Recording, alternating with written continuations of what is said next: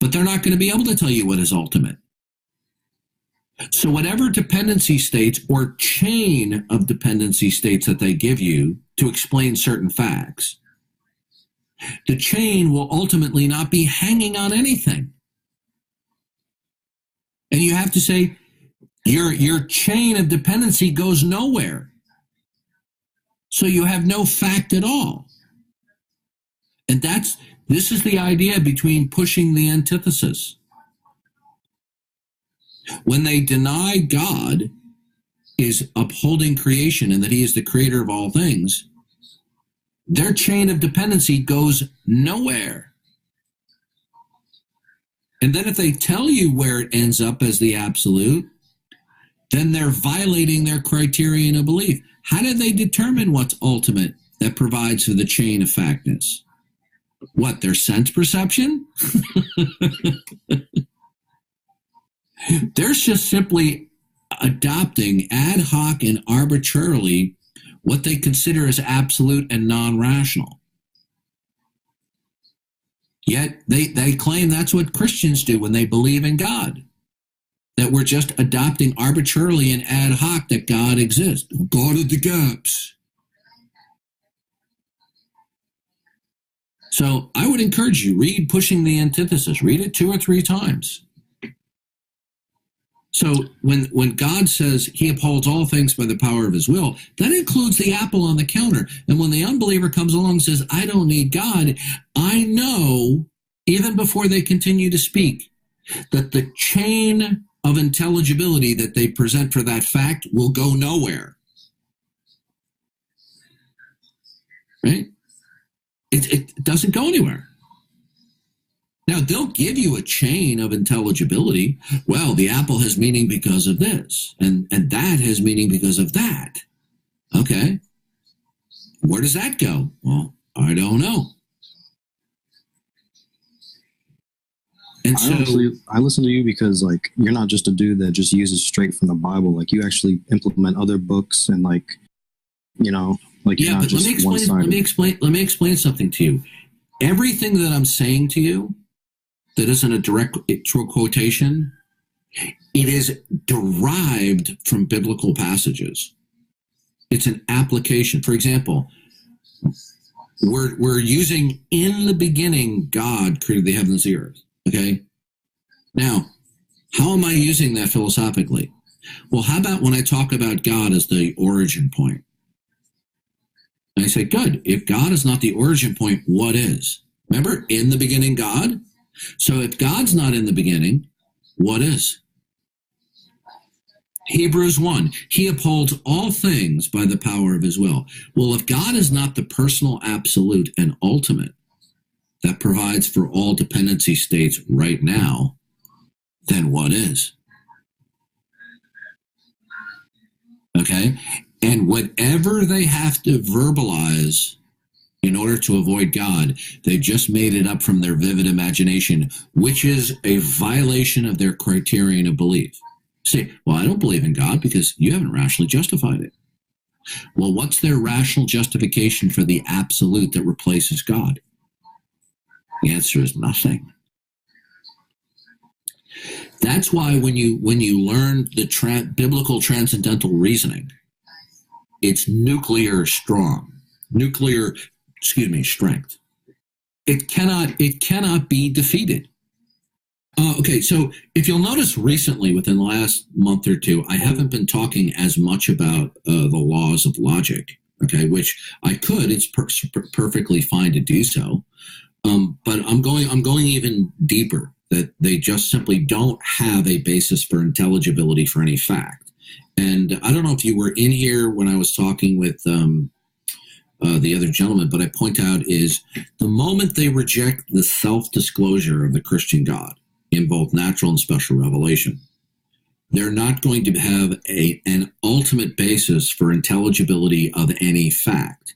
Now, they think that that's absurd because they think that they can give a proximate explanation of a given fact, such as an apple on the counter. But the issue is we're not saying that they can't give a proximate explanation.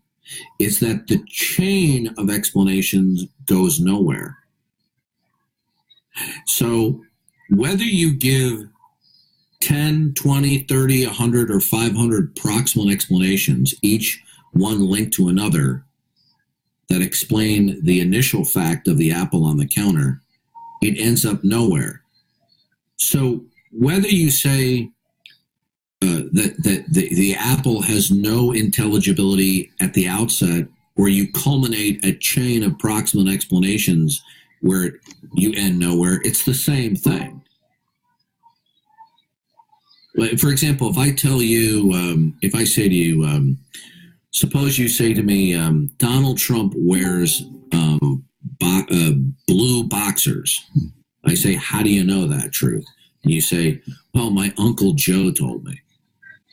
Okay. How does your Uncle Joe know? Well, his brother Jim told him. Well, how does Jim know? Well, his daughter Sally told him. Well, how does Sally know? She doesn't know. She just says it so. Well, so the answer is she doesn't know. It's just arbitrary. Well, what difference does it mean if we have a chain of explanations that terminates in arbitrariness versus just you just saying, well, he wears blue boxers because I don't know? It makes no difference.